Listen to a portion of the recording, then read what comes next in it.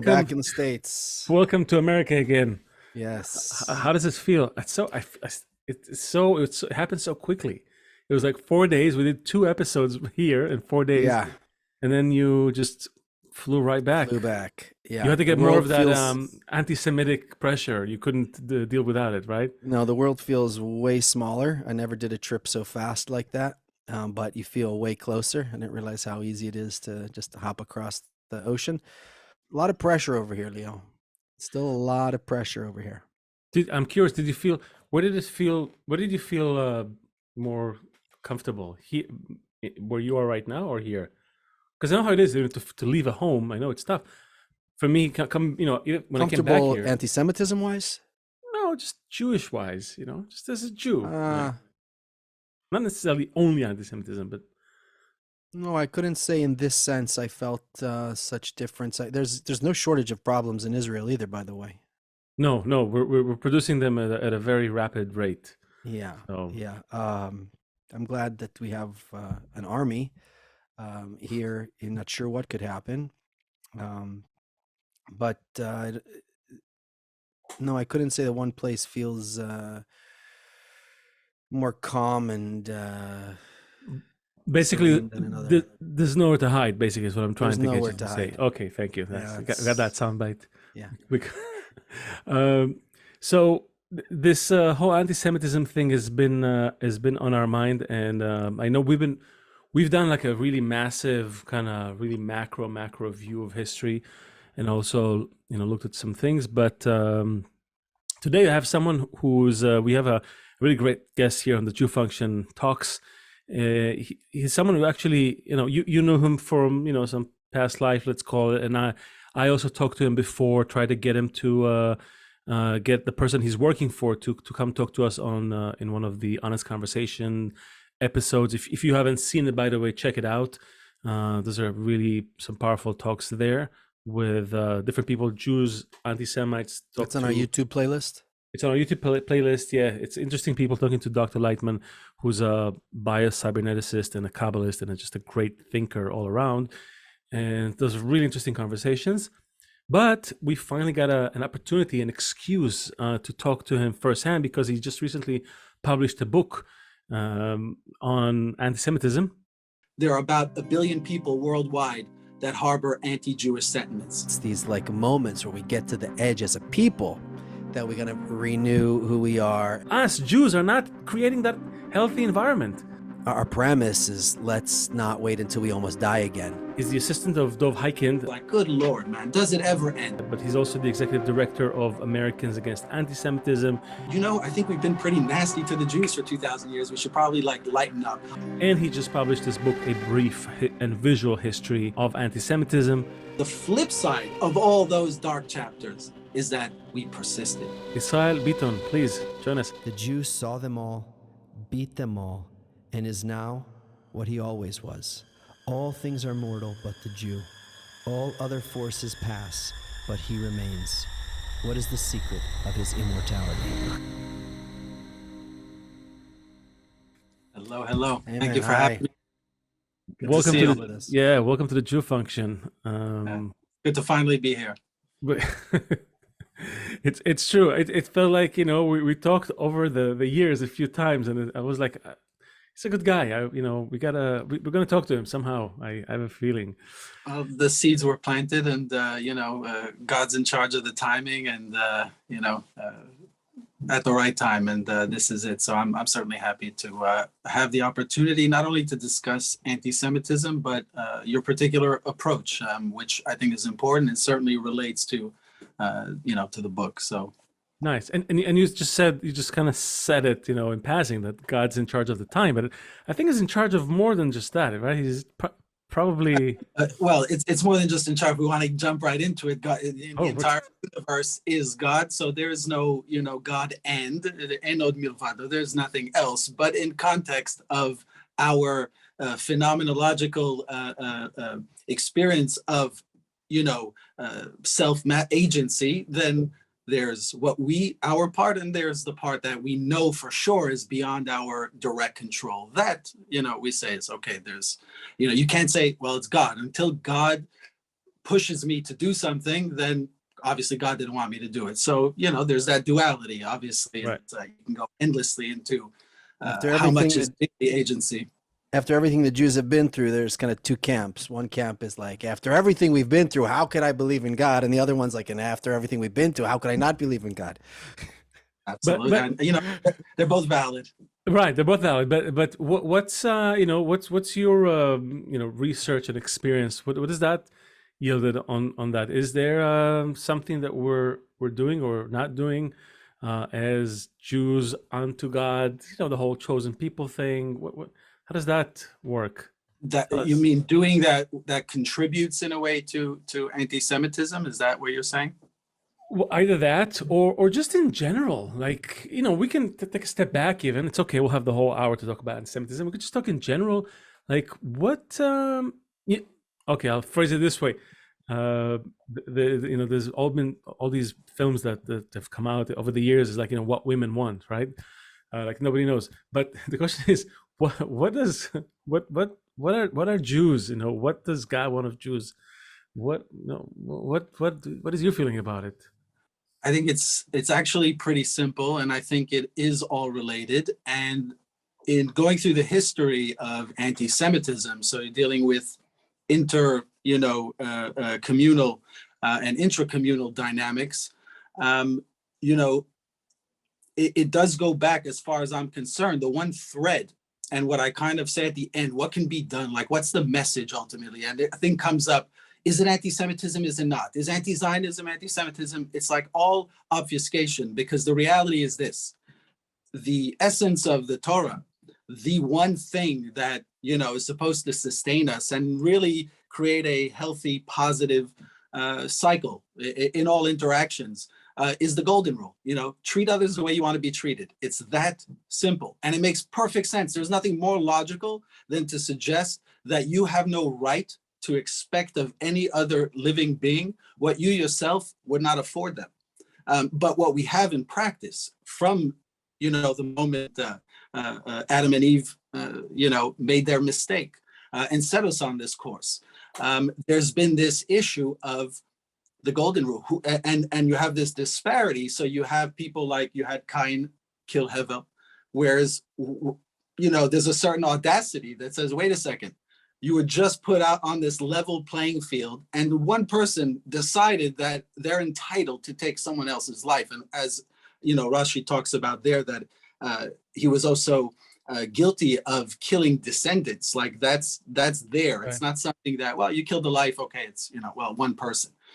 So to me, what I see is that the extent to which, you know, Jews have to do what Jews have to do, irrespective of it contributes to anti-Semitism. Its purpose, it was there to wait. So hold on, say the same thing, but say it in total simple language. Instead of Jews have to do what Jews have to do, what do Jews have to do? So that in terms of the golden rule, right? The golden rule, where does it start breaking down? It starts breaking down in a society where you're like, okay, I'm listening to the laws. I follow the rules and I'm good to my neighbor, but my neighbor is being selfish. Well, okay, it starts to create a little bit of an imbalance. And if it's not corrected, well, you start to have all these issues in society: haves, have-nots, envy, jealousy, a warped competition that devolves into, you know, violence. And that's why we have people getting belted in the face in New York, because they're guilty of past crimes, they're guilty of present crimes, of future crimes, they're just perpetually guilty. But of course, that's a warping. No one, when you say treat others the way you want to be treated, nobody would want to walk down the street and say, oh, I understand that some people have grievances and they're really, you know, socioeconomic. They're, you know, maybe their brother was killed by the IDF, so I would understand. And therefore what? Therefore, it's a corruption of the golden rule to suggest that that entitles that one person to go and take, you know, revenge on a random person. So that is essentially a warping of the golden rule. It's not much else than that. It starts with that, and that relates to both the Jewish and non-Jewish world. And that's what I mean, that we have to do what we have to do, in the sense that the lesson going back more than 2,000 years, you know, whether it was Hillel, whether it was Rabbi Akiva, who made the point that everything else is commentary, everything else is tavlin, it's a spice. Thank you, it's nice. But the main thing is, if two people can get along, can understand that it doesn't matter what nature may have endowed you with. You may be stronger, bigger, smarter, richer, whatever it is. In terms of treating the other individual, treating the other as you would want to be treated is to say, oh, if I wasn't strong, how would I want to be treated? I would want to be treated with a little more, go easy, don't threaten the person. So it's not only understanding it from your current vantage point of like, how would I, if I inserted myself in someone else's position, maybe, which people, it's a difficult exercise because you end up really just thinking about yourself, and people have difficulty escaping themselves in a pure empathy where you really think about that person's existence. I think about often how to some people end up committing crimes. What is it? How does it devolve to that? And if you look back often people who, it's not that you have people who didn't come from loving families, good parents, and end up becoming a serial killer or something, but we're talking about where there's a breakdown in a person, and I'm not talking about someone who's psychopathic or sociopathic and has those type of tendencies, but really it's knowing that you as an individual, it starts with the golden rule. You're not immune from anything, neither from being so great or so warped and so bad. And every individual has to, like, when I look at the bad people of the world, I don't go, oh my gosh, those people, how did they get there? I go, oh gosh, I got to be careful because anybody can get there. Anybody can devolve. So there are many ways to, put that exercise into practice. And it needs to be done internally, externally. We need to hold people to that, standard, but we have to hold ourselves to that standard as well. Now, one shouldn't come at a cost of the other. Say, well, until the Jews do, and the fact that the Jews have infighting, one doesn't excuse the other. But if we're going to be real, we know that we've been struggling for 2,000 years to try to get that right. But this is exactly, you just ended up on the point that we're always trying to look at, and well, for the listeners, we'll go back, in a second to, we'll rewind a little bit. But I feel this is a great point because we always talk about, all right, some people say we're all human, we all have to, start acting according to this golden rule, as you said, and we all have to start, holding ourselves accountable for what's happening around us, and so on and so forth. And it's our job to, point out the ones who are not doing it, and also try to improve ourselves, sort of like this democratic process of self-improvement, so to speak. What we're saying, and what the way systems are built in nature, and the way history kind of shows it, and especially the way a lot of Jewish text shows it, and of course you can always find a counter text to every text, but for the most part, what we saw is that somehow those called Jews have to do it first, have to sort of lead the way, show the way, that it can't happen unless they do it too. Do what first? Love your neighbor as yourself? Start showing that application of the rule in practice, not say it here and then do the opposite there. We're a small group. We're not like billions of people. We can say, well, what do I know? No, we're a small group. Our numbers haven't changed in over 2,000 years. It's always been the same number. It's a few million people. So we are always having these connections. Just before we talked, you guys realized you know each other. I realized I knew Seth even before I met him. I knew him through a friend of a friend. Now, like, what are the chances of that? I was born in Israel. He was born in New Jersey. We had nothing to do with each other. Somehow we're two people removed, right? This is a should be easy. Should be easy to somehow say, let's do this. So the question is, why aren't we doing this? Or what's stopping us from doing it first? And it's much easier to say, you guys need to do it, but the last thing a person wants to do is change himself, right? I'll change the world, but not myself. So why is it so difficult, do you think? I think you touched on two important points to respond to. One is like kind of going back to the origins and why it seems that the Jews must accomplish this first, that it's on us, as it were. And more in the present context in terms of, how that gets translated. Going back, I think it's important to realize. This is a point I've been making as well, because it's not just in terms of Judaism and how we see, philosophically, theologically this point, but anti-Semitism itself is very much driven by, well, the consequences of how Judaism emerged, and more importantly, the fact that two offshoot religions emerged from Judaism that I think many Jews don't necessarily realize, and a lot of people in the world don't realize, that it's entirely unique in the way religions formed, developed, and went about in a number of important ways. Human nature in thousands of years, I hate to say, like new age, modern, social media, it's changing. Human nature, the core of human nature, for as far back as, there are humans that they can find and discover and study, it's the same core, the same lashon hara, the same way of talking about people that leads to things, the same envy, jealousy, the same disparities. Well, we just got worse. You could say we changed. We got worse. Yeah. Yeah. So, but more clever about it. We're constantly progressing. That history is it's teleological. It's moving towards this, and it can be, but it's not happening automatically. And the one difference, we don't need to change our nature to some, we're all going to become saints and angels. That's not the point. The point is not to become great. It's to become good and decent, which means treating others the way you want to be treated. Nothing more. Don't be exceptional. Go out of your way to be a floor mat for people. That's not what is being asked. It's a simple, equality, and that keeps a healthy cycle. The moment that one side is out, the yin yang, if you will, it's the same concept. It's universal. Then we get this issue of, and then think of it as a mathematical equation. If we think of two people trying to get along and treating each other the way each one wants to be treated, and then we observe these two people over a week, what would you see? And you would see that at the beginning, let's say they both start, they're motivated, they want to prove that they can do this for a week.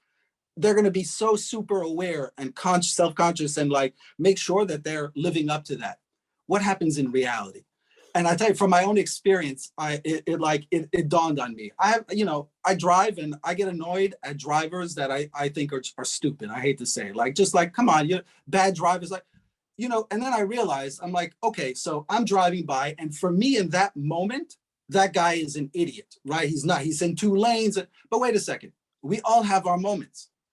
Maybe I'm more vigilant than most, and I'm going to be less of a, inconsiderate idiot, much of the time, but I've had my moments, whether I was tired, angry, confused, distracted. We all have our moments. So now if you start, quantifying that exponentially, adding in more than just two humans, but 8 billion humans, each one with a different psychology. We're we all have, levels of chemicals that are not stagnant. You wake up one day, it's a good day, and the bad day, the morning, start off a good day, end up a bad day.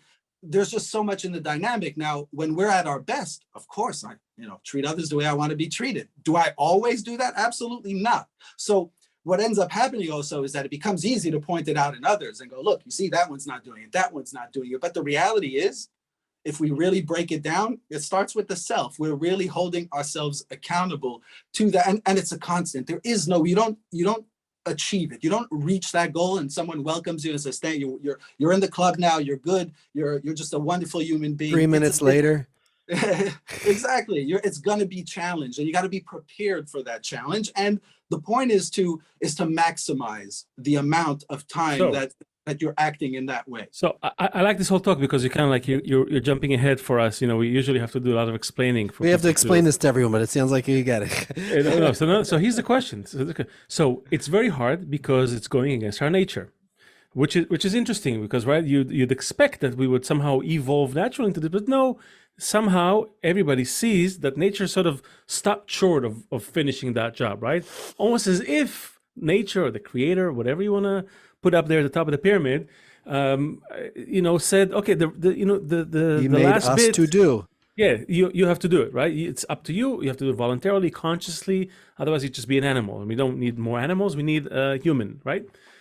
Now, it's clear that there's a challenge. We're going against our nature. Even though it's in our nature to, right, care for your kids, right, for people who are close to you, when you're at your best, as you said, or sometimes when you're at your lowest, right, someone dies, God forbid, something happens, you feel it, right, you kind of become more sensitive to the suffering of others, right? All that.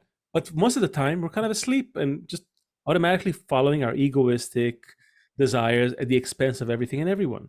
So the question that we want to ask is, how do we do it? It seems, and I'll let you answer, but it seems to us that you need a group, you need a collective to support it, right? Otherwise, by myself, doesn't matter how strong I am, it's not gonna. But if there's a group, right, and that's where the whole collectivity of the Jewish people, even a small group that values it, it becomes so much easier to hold each other to it. Like if we're all fans of some football team or soccer team or something like that, it's and everyone's talking about it, and in the WhatsApp group talking, even if I forget how great my team is, I wake up in the morning and I see the stats, I'm reminded. Right. So, and we're all taking our shirts off today in the game, right? Like it's all happened because we all decided. You feel like an idiot if you're not going to be part of the group, right? How do we do it? How do we create that for us? And we haven't even talked about the rest of the world yet, but yeah, that is the $1 trillion question, and something that I don't think there's an answer. I think there is effort. What we know, what we're told, I don't think that in terms of approaching this and trying to, let's say, get this critical mass of people to actively be aware and try to apply this value in their lives, because while we're hoping and praying and expecting and waiting for the end goal, the redemption, the day when there's no doubt about the unity of creation and the oneness of the entire metaphysical structure. Okay, but the reality is what it says in Pirkei Avot is the work is great, right? There's a lot of work to do, but it's not on you to finish. Neither are you free to desist from it, but you cannot. It's not. So you have to keep it in proportion. Right. I for years, I'd feel like this weight. I put this weight on my shoulders because you look around and you're like, you feel like you get it. You're like, what's so hard? I don't know. I just popped into the world a few years ago. There's thousands of years of history to examine. You examine it, you read through it, and you're like, oh, repetitive, same stupid thing. We're going in cycles. What are we waiting for? A new technology is going to do what? They're going to put a chip in the brain, and that's going to make us realize there's no greater knowledge that's going to bring world peace, and not a utopia, just, hey, how about states stop warring? Like, how do we not get that out of our system? And then we can work towards, religions and peoples and cultures not thinking they're supreme and not hating others. It's a matter of, we should never, just see the dark side. And it's like, because it could be overwhelming. There's a lot of it. There's so much hate there. Just if you try to quantify it, the ADL has a global survey that they do, that they find that there are about 1 billion people worldwide that harbor anti-Jewish sentiments. Now, I saw the numbers. You understand why, because if there are 2 billion Christians and another 1.5 billion Muslims, and again, over thousands of years of 1,500, 2,000 years of indoctrination institutionalized, where it was an article of faith. That's the difference. For Jews, there is no article of faith to hate any other group, to diminish their humanity, to demonize their soul. Nothing. It doesn't exist in our literature. Now there are some controversial comments that could be taken out of context. No, I agree. The proof is in the pudding. What have Jews done in their 2,000 years? So now you get into today, and it's good actually, because I want to do like just a quick segue, because we're like sprinting here, your book. So one day you decide to write a book. What this is not no small feat. What compels you to write a book about anti-Semitism of all topics? You can't change the world, right? You can't change a country. You can't change a city. You can't change a neighborhood. It's hard to get everyone in your building to agree on something, but you can change yourself, and that's what we're after. Little changes that will grow to a critical mass. What we're saying also is that we Jews, we've had it.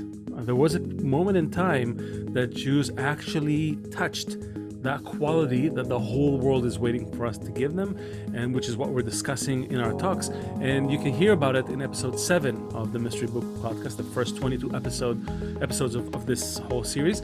And we go into some really heartwarming descriptions, right? Like the Temple Woodstock. Love, that episode is called. What's that? Temple Love, right? Yeah, Temple Love. Yeah, it was the Woodstock before Common Era. Yeah, people should listen to that one and get a taste of something that they always knew should exist or could exist. It did exist, and that's what we're looking to build. Check that out in episode number 7, Temple Love. This is the Jew Function, and let's get back to our guests. Your book. So one day you decide to write a book. What this is not no small feat. What compels you to write a book about anti-Semitism of all topics? Yeah, what's in it? My background professionally was in design, marketing, communications, publishing. So I was coming from that background, and up until about 5-6 years ago, in the for-profit world, having a cushy life, but I was feeling unfulfilled. Just like, okay, great. I felt like if I died at that point, which was like at the height of my professional career, I played it in my head. I'd be like, forget about you believe in heaven or not. To me, it's not about that. To me, the moment of truth is even the moment right before death. I've had 2 near-death experiences. So the moment you feel like, oh, this is the end, be resolved to it. What happens in that moment? What really concerns you? And what I found was that when they say hell, the most hellish thing that I can imagine is when suddenly you are facing your entire life, all the truths about your life that you can no longer hide behind. And yet there is no possibility not to respond, not to hide, completely naked. And in that realization, realize how depressed one would be if they compare the life they lived to the truth they finally wake up to. So instead of, and then I would say, okay, wait a second. So I live my life. Let's say I would die at that point, early 30s. Okay, what did I do with my life? Why was I here? Really? I came here to work for some brands and make some products and raise Q3 and Q4 profits. Ooh, man, marvelous. What was I going to show? I gave you life, put you out, gave you, whatever God endowed you with. I'm going to show my portfolio. I mean, it was clear to me that that was not for me. I was not. It's interesting. It's interesting that the human condition is such that almost dying is what brings us to have those things, and almost in a sense, we all the time, Leo and I are constantly reflecting on this, it's these moments where we get to the edge as a people that we're going to renew who we are and renew what we're doing. And we're trying to say our premise is, let's not wait until we almost die again. Let's try and talk to people now. We've had enough near-death experiences. We had some, you had 2. But by the way, any of them worth discussing here? Yeah, I mean, absolutely. I can discuss both, but I agree with what you're saying. But it's that's the last resort, really. That's the end. That but we don't. But it's in order to come to, because here's the thing: you talked before about this golden rule. You could put a gun to someone's head and say, tell me you love me. You're like, okay, I love you. I love you. Now put the gun to someone's head and say, love me. You're like, how do you make somebody love? Now, when you're almost going to die and you have that reflection, then or like Leo was saying, when someone else, God forbid, pass away or something, and you're in those moments, you have I understand. Well, wow, I need to focus my life on something meaningful. How can we help each other come to these moments? Because before that, it's really too hard. First of all, we have to not think we're going to convince the whole world at first, and we're not going to convince all of the Jews at first. So we have a real small group to work with who kind of agree about this, or at least willing to talk about it. But even with those who agree, 3 minutes later, right? Like you said earlier, like the golden calf. It's okay, we all come here. We agree we have to love each other. Leo mentioned before, if you're surrounded by an environment who always constantly making this important, so then that's one way to do it. But we have to, again, I'm coming back to it after that long-winded explanation there, that we don't want to come to almost dying again before we get this right. And we feel that it's a historic time and it is possible this time for us. Why weren't the other greats? Why wasn't Rabbi Akiva, King Solomon, all the rest of the great ones who were able to, who came before us, who are way greater than us, able to do it? But why us? I'm sure it's like a whole other conversation, but it does seem that the cards are on the table, and there is a possibility that in our generation we can make something happen. Wait, so let's hear from Isaiah. So why did you write that book? What's Well, in it, and what did you hope to get from it? So we're like, based on what we just said, before I get into the anti-Semitism book, because on one hand, we shouldn't wait for those moments. Yet in Proverbs and Ecclesiastes, he says that it's better to be in a house of mourning, right, than a house of celebration. I'm like, wait, why? Like celebration, the mitzvah, Sudat mitzvah, like what could be better? And the answer is because, you're closer to facing the truth. And that's constant. There's a reason why, like I said, someone passes away close to you and then it hits you, right? Every time, because that mortality, the point is that, don't believe in yourself until your day of death, it says, right? That is, that's the only equalizer for us, because otherwise we can live in fantasy until it hits us when we expect it or not. So, the realists, Jews need to be realists. Ultimately, we have to be, we're realists that believe, and know that when we say miracle, it doesn't have to defy nature to be a miracle, and vice versa. It can be an explicit, miracle, as it were. But that's God working through, the world. The point is that, ironically, the first book I wrote was a reaction to those two near-death experiences. And it's called Who Will Remember You? A Philosophical Study and Theory of Memory and Will, where I basically, arrived at a certain formula. What it showed me was that, after I had those experiences, I'd have this vision of okay, I'm hovering over my grave, and I'm like, who's there? Who would actually be there? What are they saying? And that's why I say I would start to think oh, what is there to say about me? What would I want people to say? What do I want to work on does it matter? You're dead anyway. That's not the point. The point is that it happens to be such a probably unconsciously the most important motivator. And therefore I formulated, you have the will to power, the will to pleasure that, going back to Nietzsche, to Epicurus philosophers, about what is this that drives humans? They just want power, they want money, they want pleasure, they want, I say that ultimately what people really want is, I call it the will to significance, which is underwritten by the will to memorability, which is that people simply want to feel significant. How do you do that? It's the other, and that's where it comes down to the golden rule, which is what's needed ultimately to, redeem our existence. And that's particularly why it's needed, because all we want, and there are people who that sense of the will to significance is warped, so they need adulation from millions, and it's still not enough. Most people just need, one solid person, really. You can have 3, you can have 8, but the solid person in your life that anchors you, that you go, oh, I'm not floating here. Why am I here? I have no value. People want to have value. And how does the value determine? Memory, memorability. If you met someone, right? We're talking now, and then we bump in the street in 2 years, and, I make I don't know you. It's that's well, I guess I wasn't significant to that person. Fine, right? It's a simple measure, So, saying that, these experiences for me happen to have come. The first one, I was in the army. I went to the Israeli army. I volunteered with my brother in 2002, the height of the Second Intifada.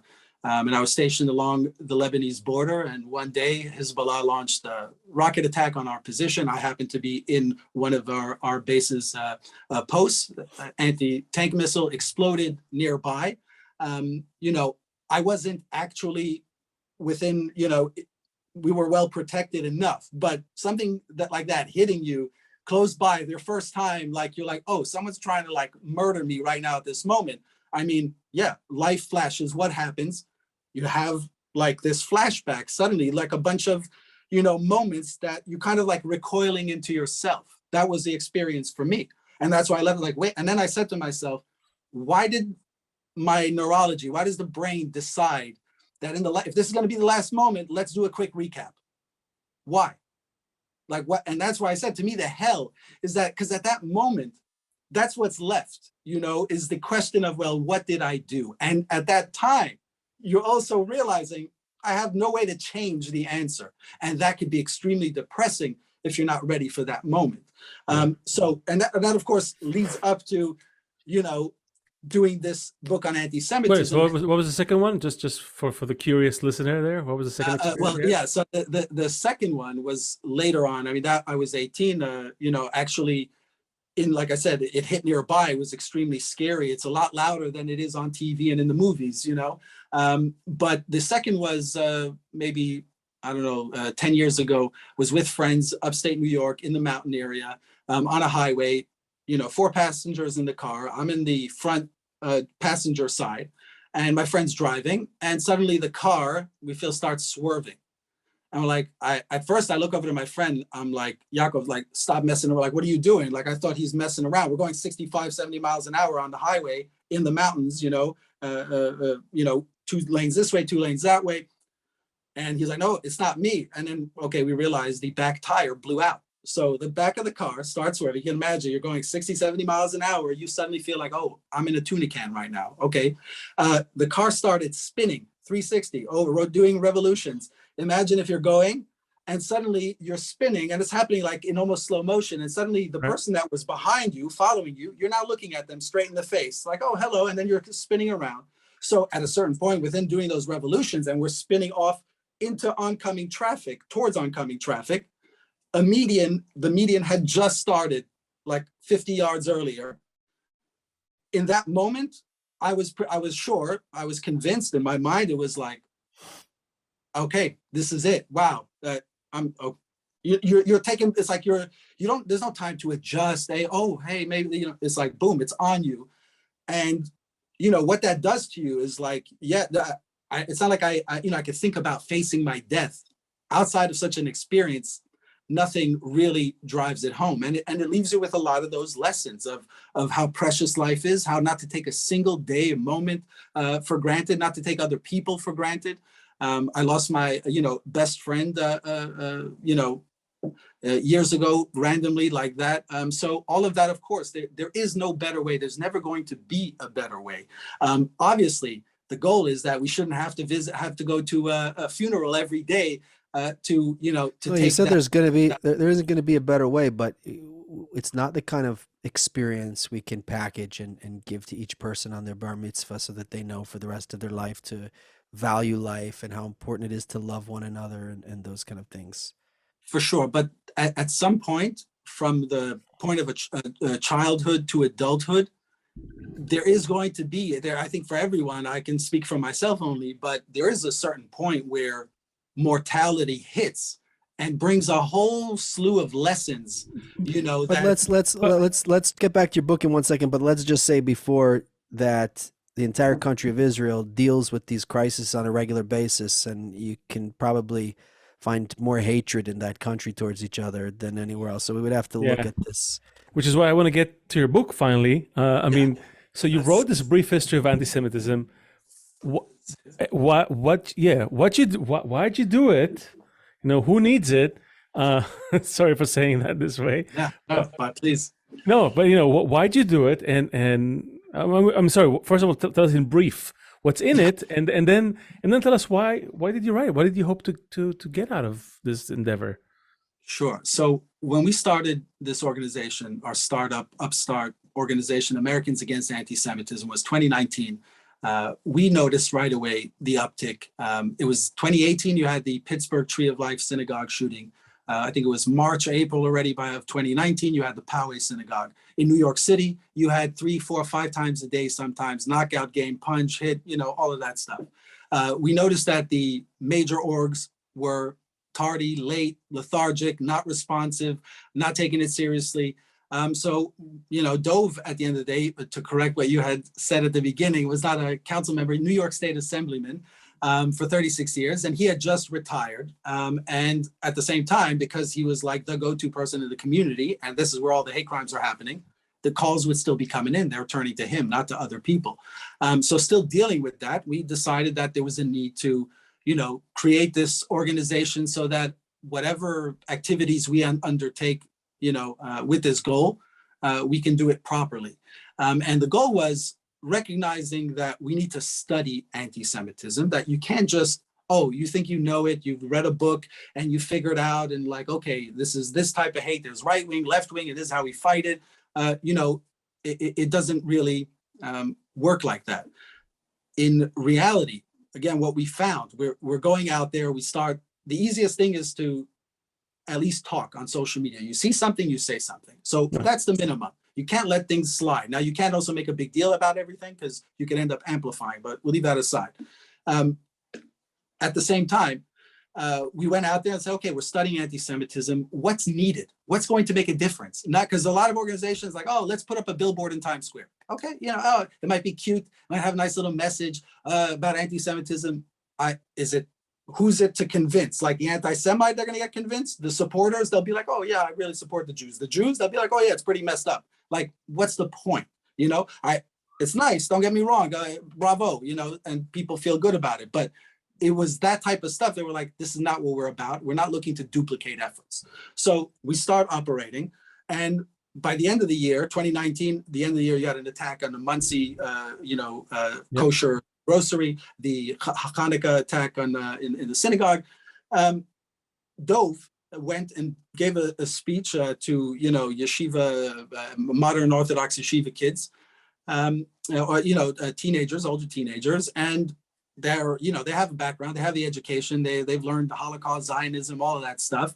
But he was surprised at how much information and specifically about anti-Semitism that they were lacking, and that they didn't have. And so a light went off. It was like, wait a second.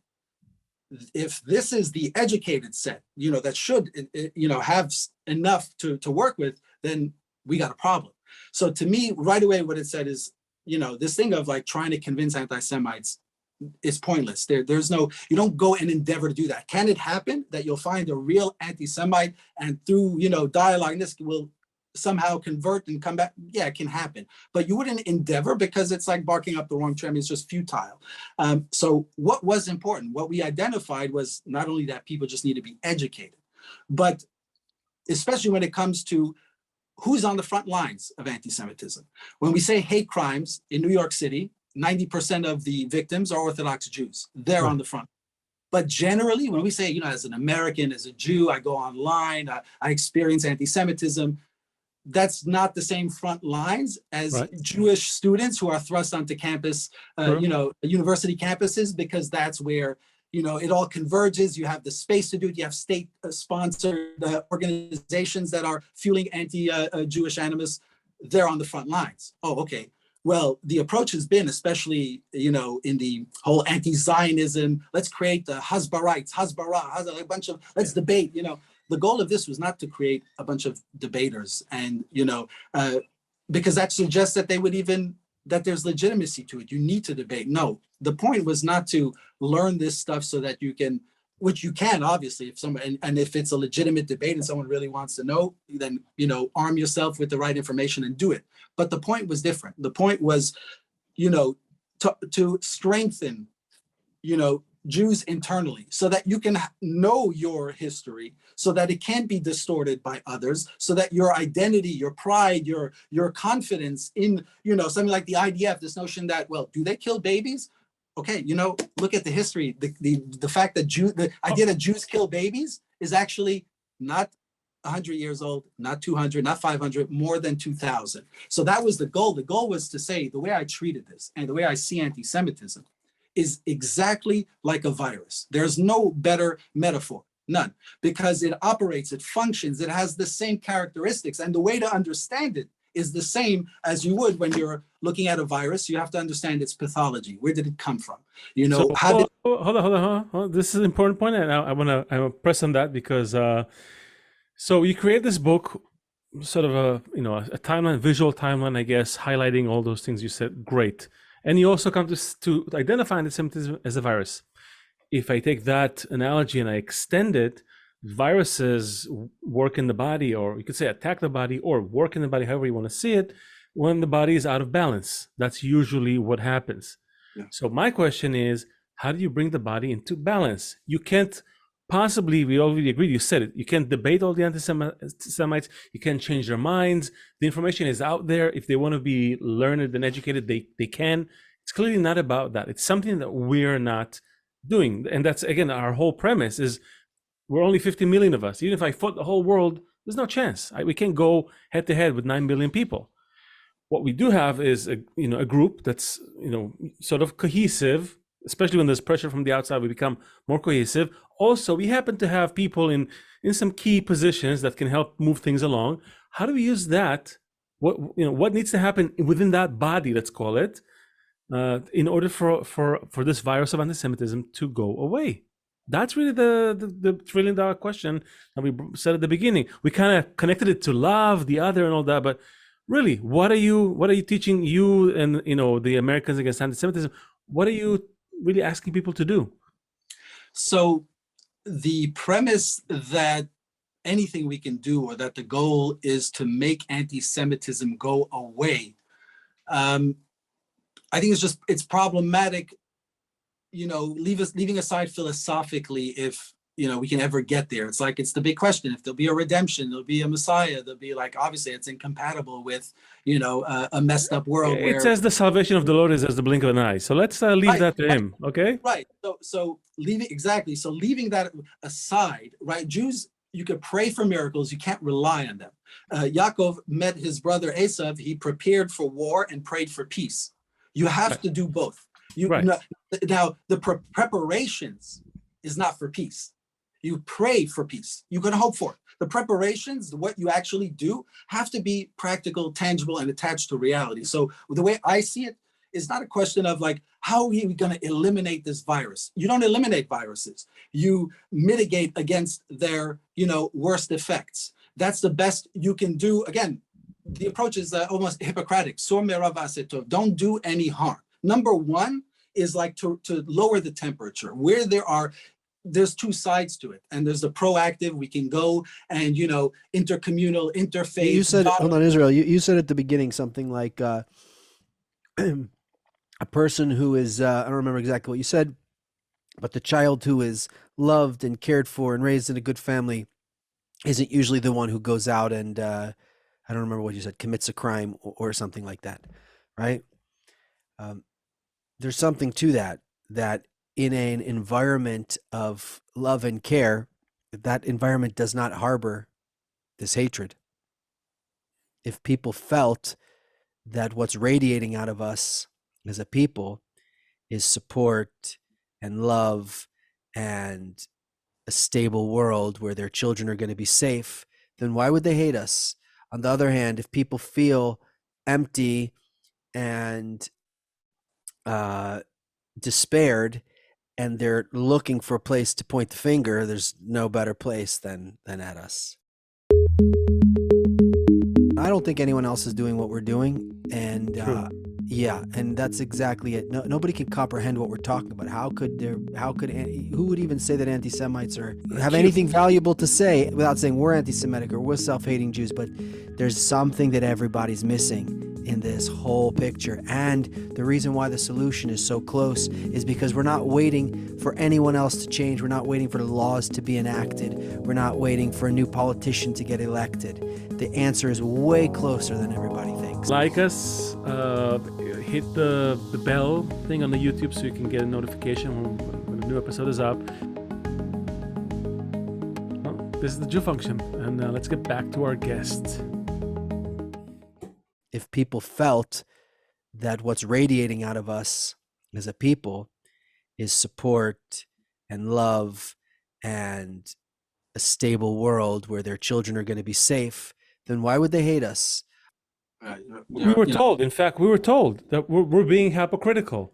We should kind of bring this light to people, but we say one thing with this hand and then we do something else with this hand.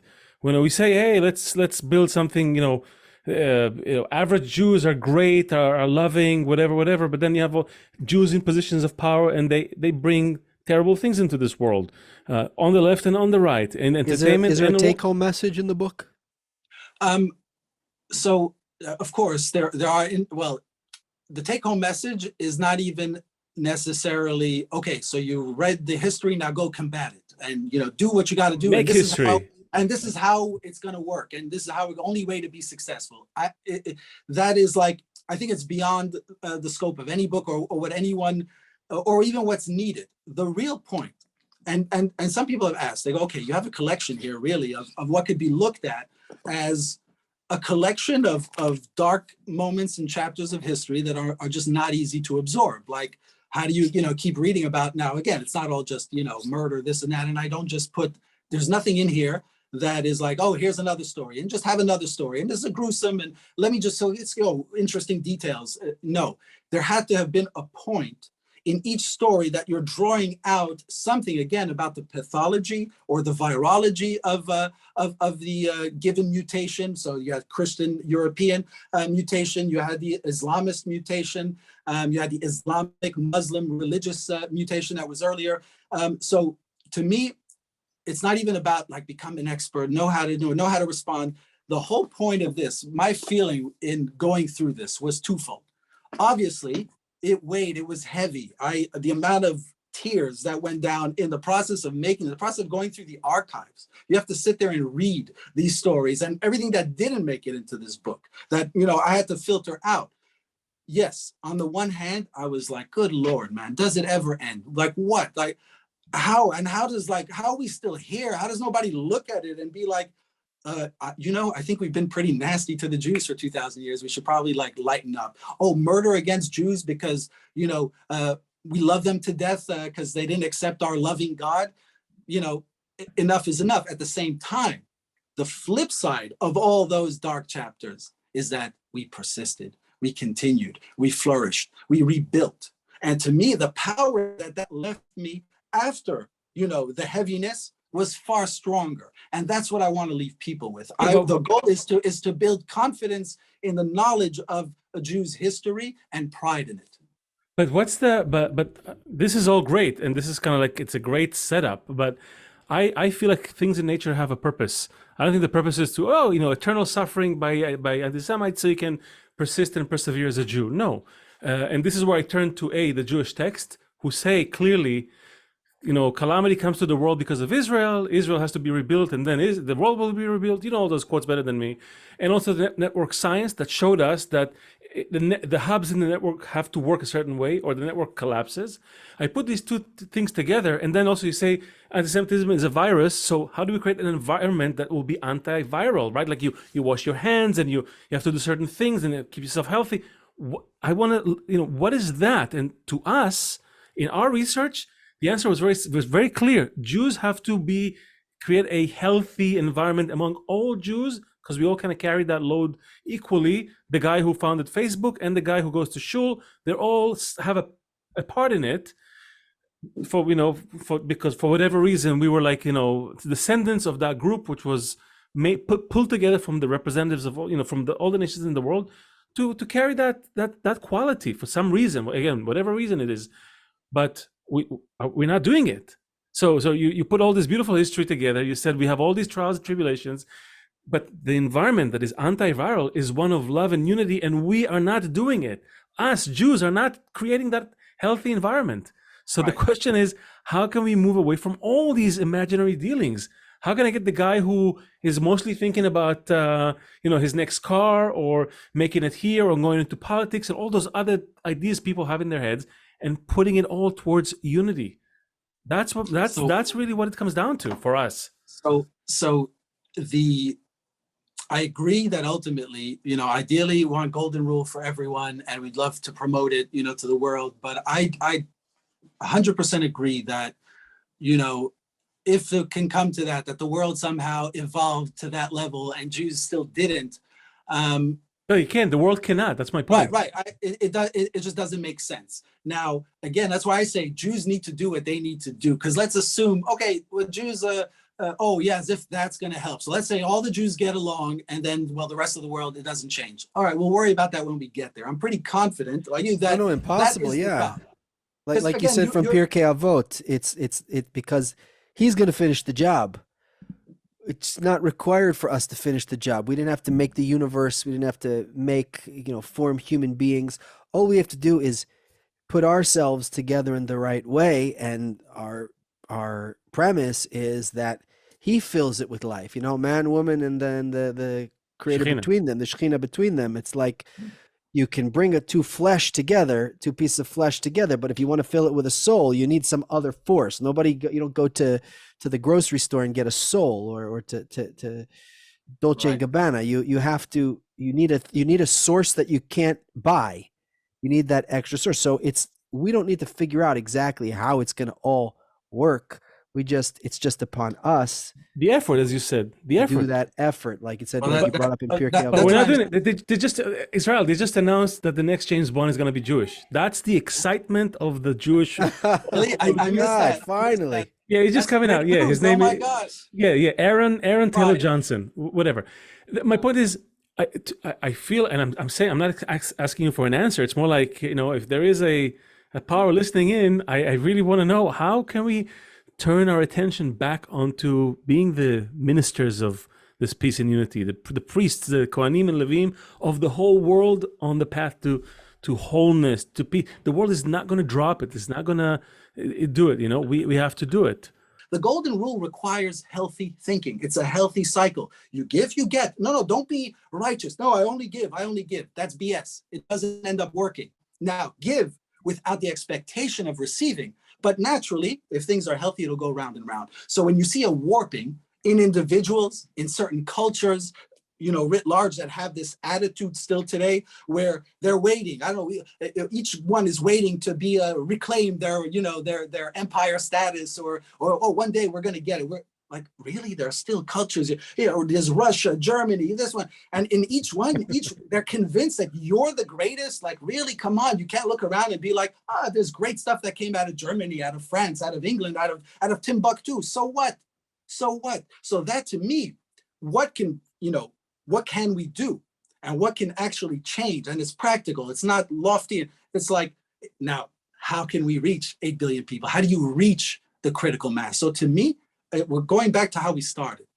It's a critical mass that has a very simple commitment to this idea, which would not mean that it's automatic perfection. Everyone who has this idea, it would just be rolling. But like a virus, you said it, right? The antidote to a virus, it works and spreads in the same way. You build up immunities in the same way by inoculation. How do you inoculate? So with hate, it's against ignorance. Okay, so just to make it easy for everyone who's listening, we're not going to deal with 116 million at first, although we'll be happy you get Israel's book, come listen to the podcast. But we're really interested in finding that small group of people at first who hears this message, who feels that unity is the place to go, that after looking at everything else in your life, that unity between us is the place to go.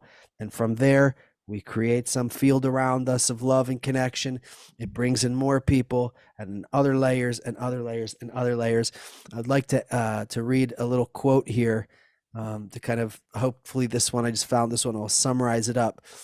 Like, we're not talking about us, but in general, like Jonah, we're sound asleep. Though we're beginning to wake up to the existence of hatred towards us, we have yet to realize that not carrying out our mission, just like Jonah, is the reason for the hatred. If we don't wake up soon, the sailors will throw us overboard as they did with Jonah. In the words of Rav Yehuda Ashlag, the author of the Sulam commentary on the Book of Zohar, it's incumbent upon the Israeli nation to qualify itself and the rest of the people in the world to evolve into assuming the sublime work of love of others. Amen. Thumbs it up.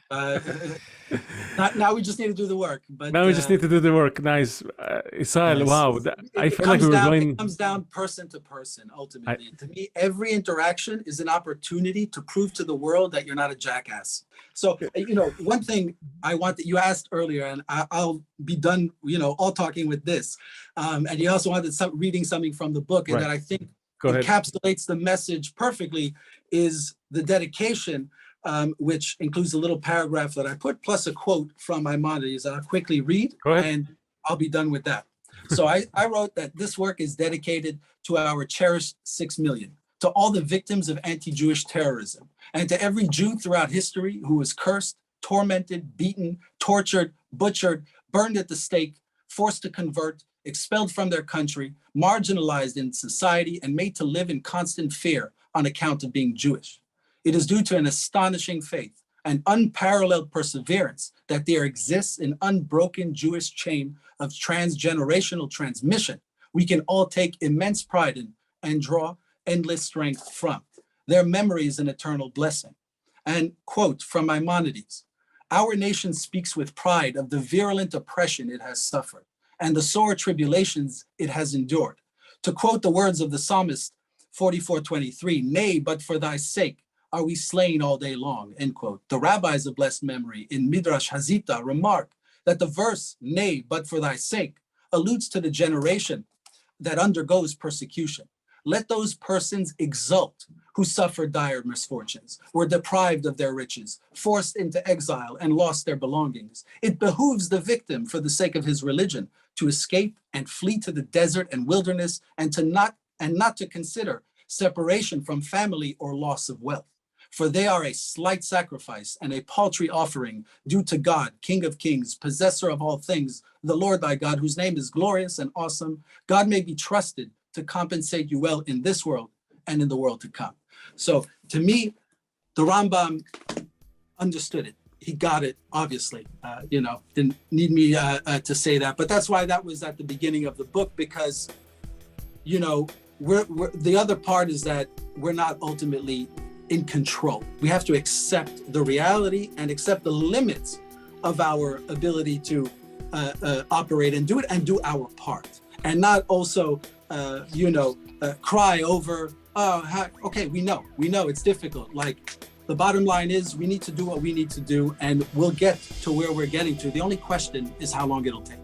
Exactly. Well, this was the unstoppable Israel Bitton, 100 miles an hour. But thank you so much for coming here to talk to us, man. This was, we could probably talk for hours more. It seems like you have an endless fountain. So maybe we'll have another chat. I hope we don't mind. Yeah. We can keep the dialogue online, offline. It's important to share these ideas.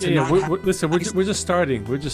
This is what we think the Jew function is all about. To open up those pipes, let this good feeling flow between us. That's how it starts. So this is the Jew function. Thank you for listening. Like, share, comment, subscribe. All those great things. You'll find all the information about Israel's book in the description, and we'll see you here next time. Thank you. Thank you, guys. Thank you. Bye, Bye, guys. Bye-bye.